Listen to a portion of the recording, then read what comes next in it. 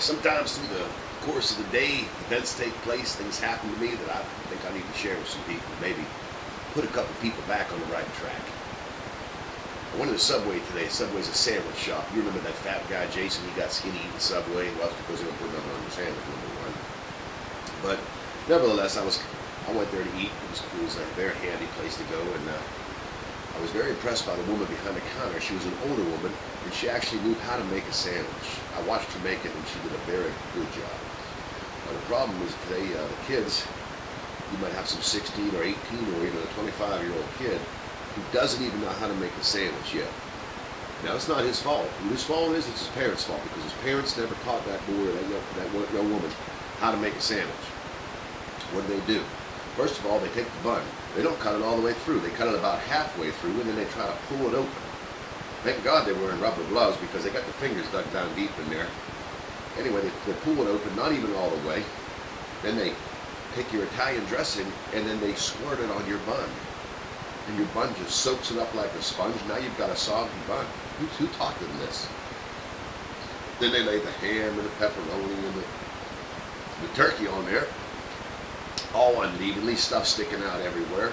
They put your cheese on for you, and then they put big mounds and gobs of lettuce.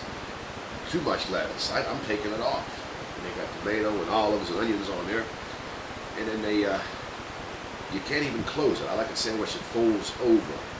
That way you can hold on to it. Nothing's falling out. You can eat it neatly, cleanly, and you get an even amount of bread, ham, turkey, pepperoni, cheese, lettuce, tomato, olives, whatever, in each bite. You know, sometimes half a sandwich is this, half a sandwich is that. Anyway, it's not their fault, it's their parents' fault, because their parents never taught them how to make a sandwich. Same thing applies to peanut butter and jelly.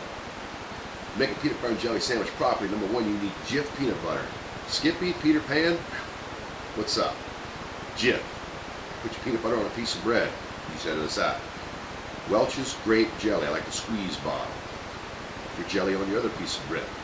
You spread it out evenly. You take your piece of bread with the peanut butter on it, and you fold that onto the jelly, because peanut butter is more sticky than jelly, and it holds to the bread. It's not dripping everywhere, making a mess all over the counter. Believe it or not, I've actually seen people, my first wife, whole family did this, drove me insane. They make a peanut butter and jelly sandwich. They put peanut butter on the bread, and then they put jelly on it on top of the peanut butter. And then they take the piece of bread and put it on top of that. I never saw anything like that in my life. The same thing applies to a hamburger. I like the mustard on the bottom. I'll mix my mustard with my greens.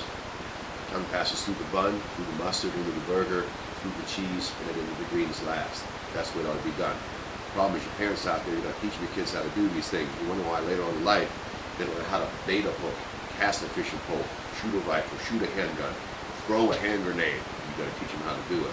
If you're not teaching them how to do it, you're an irresponsible parent. And when they're all screwed up later in life, it's your fault. When you go to their house, it's an absolute pigsty because they don't clean. It's your fault. You never taught them how to clean. You know what I'm talking about?